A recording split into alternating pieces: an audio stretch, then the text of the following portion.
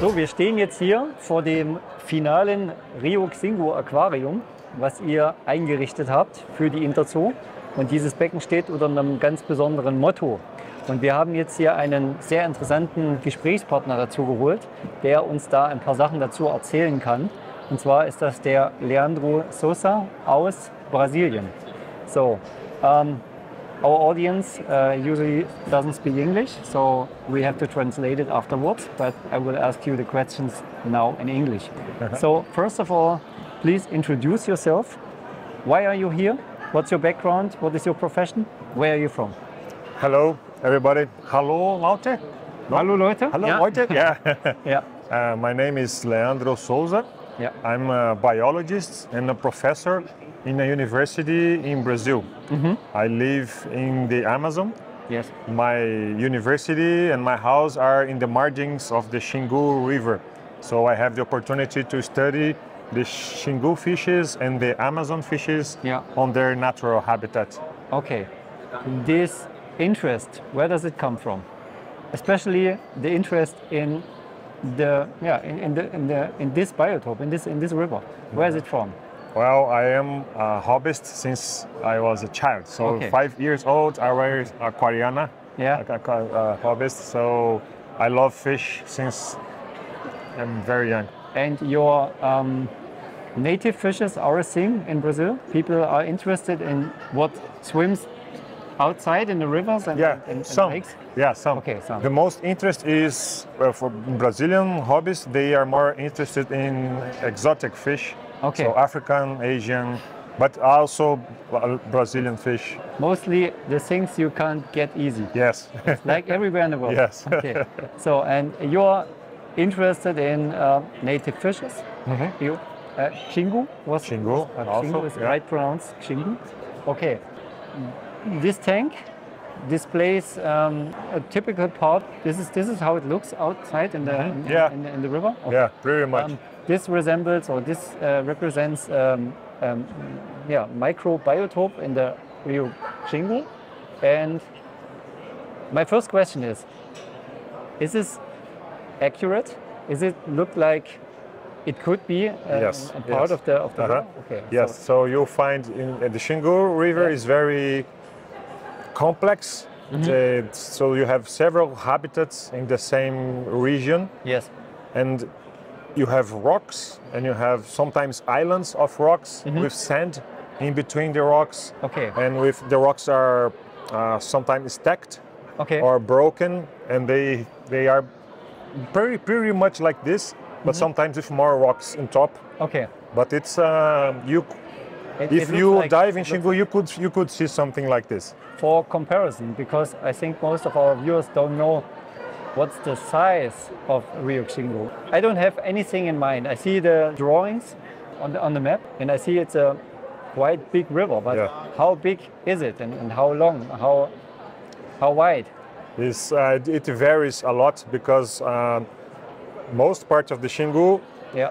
it runs over a riverbed that's a rocky riverbed, and sometimes it's only one channel, but sometimes it's several channels with islands in between. okay. So it can be dozens of kilometers wide Okay. with rocks on between. And it has more than 2,000 kilometers long. Yes. And it's the riverbed or the drainage is 530,000 square kilometers. So it's a Is big river. A big river. Is it well discovered, well known, or are there still some white spots, There are- some white areas? Yeah, we in recent years we are developing a lot of work. So now we have a better understanding of the diversity, but there are some areas with indigenous lands Yes. that you cannot go. It's protected, so Okay. probably some new fishes are still to be found. Okay. What's special on the Rio Xingu? The most known fact is temperature. It's very warm. But what are the water parameters? Is this constant? Is it everywhere this warm? Is it always 27 degrees or 28 or what I read about? Is it soft water, hard water? How is the water Is it clear water? Is it Yeah. black water? How is the Rio? It can varies from the year Yeah. cycle, Yeah. but it's a clear water river. Yes. Most part of the year. In the rainy season, it's dirt, it's silty, Yeah. but it's very warm river. It's 32 degrees. 32 degrees. 32 degrees. Yeah, I read somewhere between 27 and In the rainy season, Yeah. it's 29. 29. Yeah, 28 sometimes, but I never got. It depends. If Okay. you are in the headwaters, it's a little bit cooler. Compared to other rivers, why is especially this one much warmer? Because it's a shallower river with Okay. a rocky Okay, and substrate and the, Rocks collect a lot of a heat. lot of light of the sun, and it warms the Okay. Okay. the rocks. We talked about the habitat. We talked about the looks of this tank. Here we have a typical fauna you can find in most areas, or is this resembles this a small part of it, or are these tetras found mostly everywhere? What is this kind of fish? This tetra is Moenchausia haikoi. It's a very unique tetra. It only occurs on the Xingu, Okay. and they are adapted to live in the rocks. Okay. And they are pretty common in the Xingu from 0.5 meters until 10, 15 meter deep. How you can deep find. is the river? It depends. deepest? Yeah, The okay. deepest part is almost 100 meters, but it's 100 not meters. common. It's not common. Okay, Just okay. one or two Okay. small. I mean, imagine a river that is 100 meters deep. I can't figure it out. This is yeah. Yes, but it's not typical. only in some parts where the rock has a huge fracture, Yes. the geologically speaking. Okay. So the rocks split and the river runs Okay, in one channel. Okay. But in most parts of Xingu, it's more wide Okay. and shallower for Okay. 10 meters, Okay. 8 meters, sometimes only 2 meters. Easier to imagine. I read about some areas of the Congo River, and this is up to 200 meters, Yeah, which is massive for a freshwater river. yeah, yeah. Yeah. So this is Moenchausia haikoi, you said, Yeah. named after Heiko Blecher. Yeah. Okay. Okay. And there's another special fish. Yes, very special. So does this pleco have a special spot in your heart? Yes. Okay, yes, and that's it the has. reason why you're here also. Yeah, yeah. Okay, so we're talking about the L46. Yeah, L46.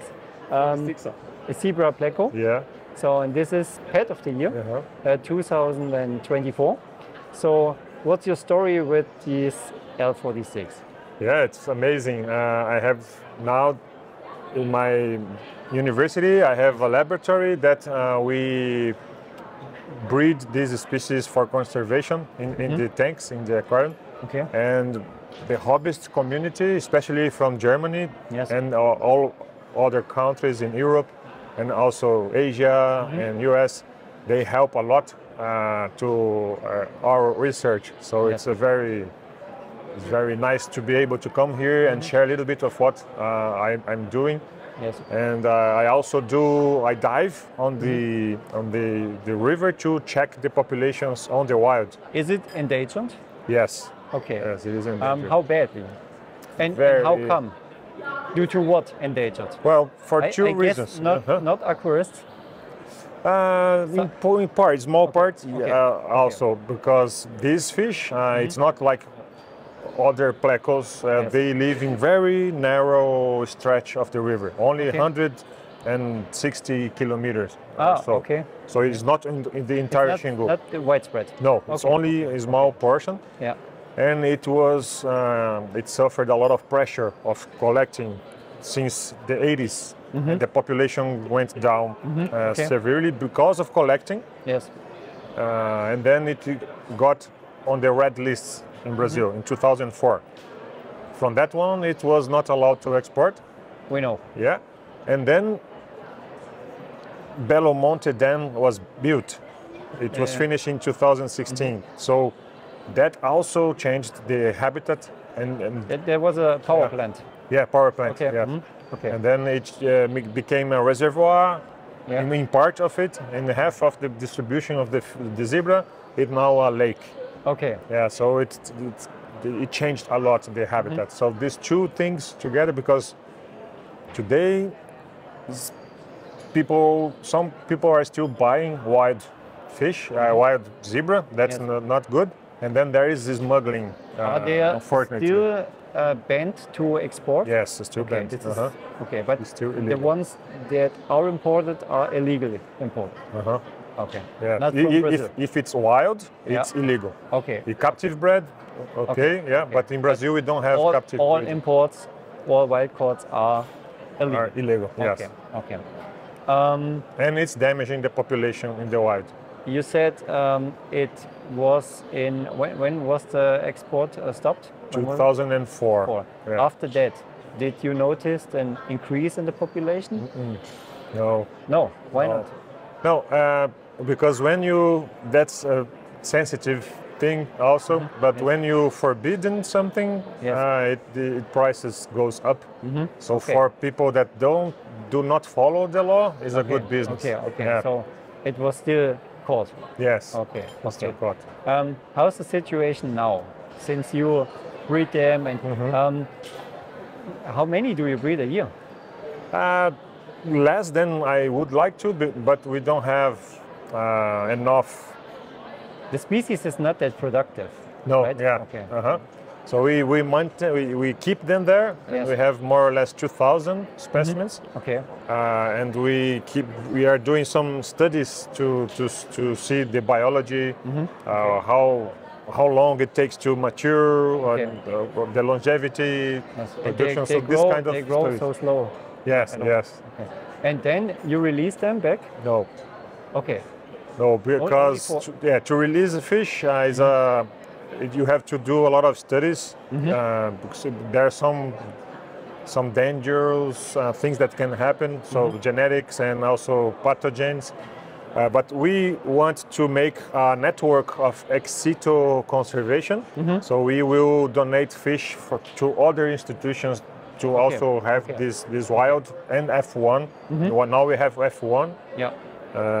And we can make a network of Okay. conservation. But there's, as I understood, there's no possibility to breed them and then reintroduce them. Is it not allowed, or do you just we don't can do it no, yeah, because of the risk?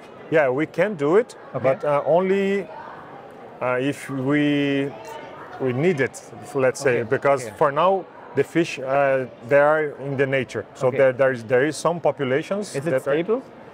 Yeah, if you don't It's- catch, then yes, It's hard to measure, I guess. yes, I yes. mean, I don't think that you will find 10 or 20 of them when you go dive no, on time. no, you need to Okay. look. You have to Yeah. lift rocks, or how can I imagine catching this fish?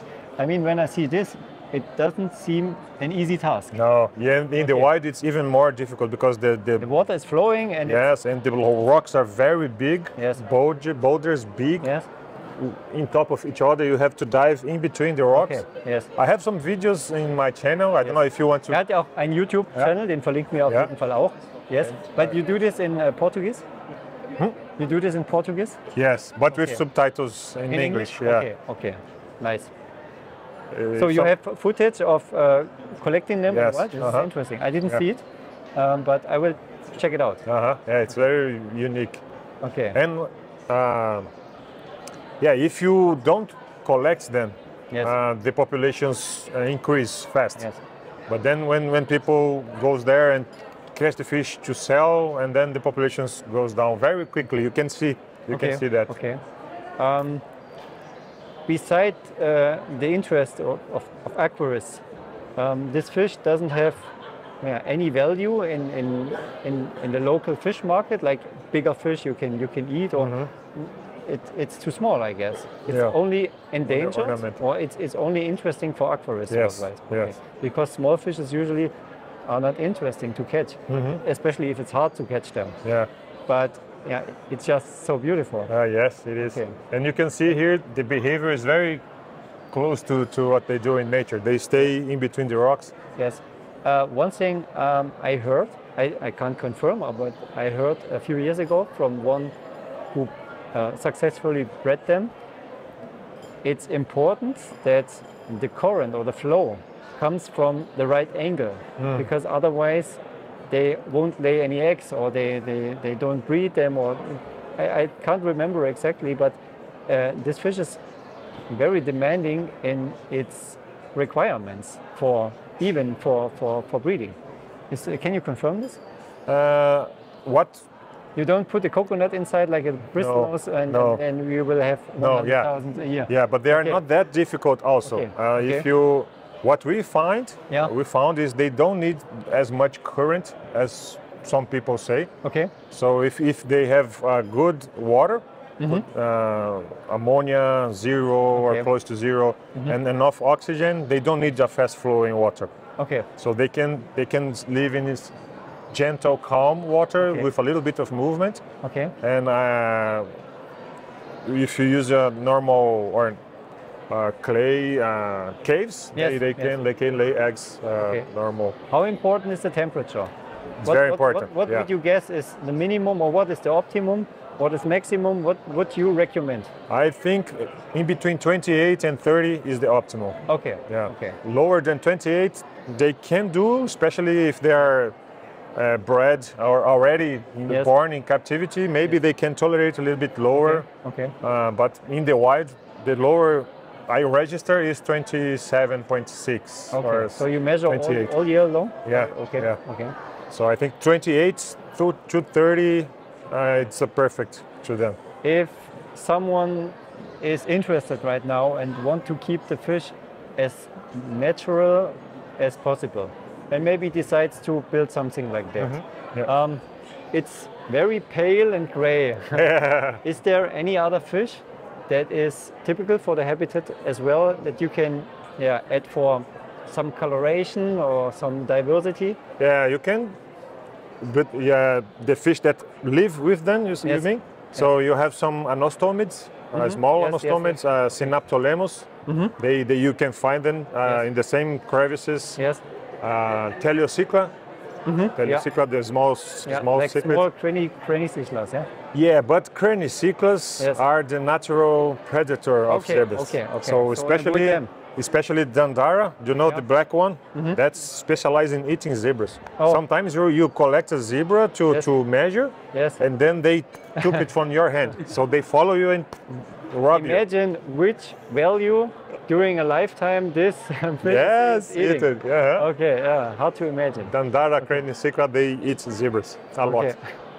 So no good tank mates. So maybe ban them from the river, and the population will increase even faster. Some anostomids then would be a nice color. Are there any plants?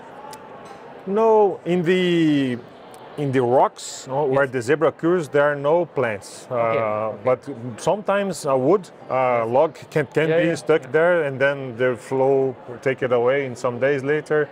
So it's very dynamic, but no plants. Okay. But in the tank you can put plants, but not in the if you keep it strictly and as accurate as possible, you don't need tanks. You don't need plants in the tank. Okay, and you can illuminate it only for a few hours to prevent algae from growth, because they don't eat algae.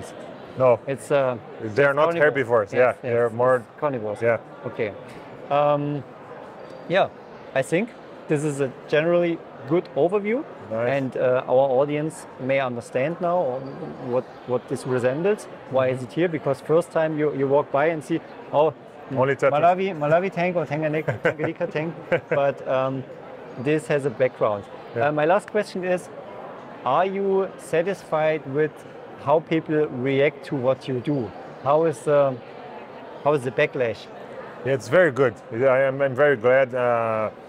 People that are aware of our work, they are always happy to meet and to talk. So I think it's a very nice very nice outcome. This So your project gained interest. yes, gain interest. Is this your first time visiting Germany? No, I think it's my sixth Okay, time, okay. and I love Germany, so I always come back. If you Okay. call me here, I will come. We have never been to Brazil. So you are welcome. Welcome. Maybe, to go there. Yes. maybe. And you know the right spots. Yes. Okay. Yeah, thanks for your time, for all the valuable informations, and for introducing into your project and your work. Okay. Und abonniert seinen Kanal, lasst ein Like da und we hope you gain some subscribers. Oh, as well. okay. Yeah. If it's subtitled, it's easier Yes. to understand. Yes. Even if not, sometimes pictures speak for themselves. Yes. Okay. Ja, So see you there. Leandro, Yeah, thanks a lot bitteschön. und Dankeschön. Yeah. Very nice, very Yes. nice. Bye bye. Vielen Dank. Auf Wiedersehen.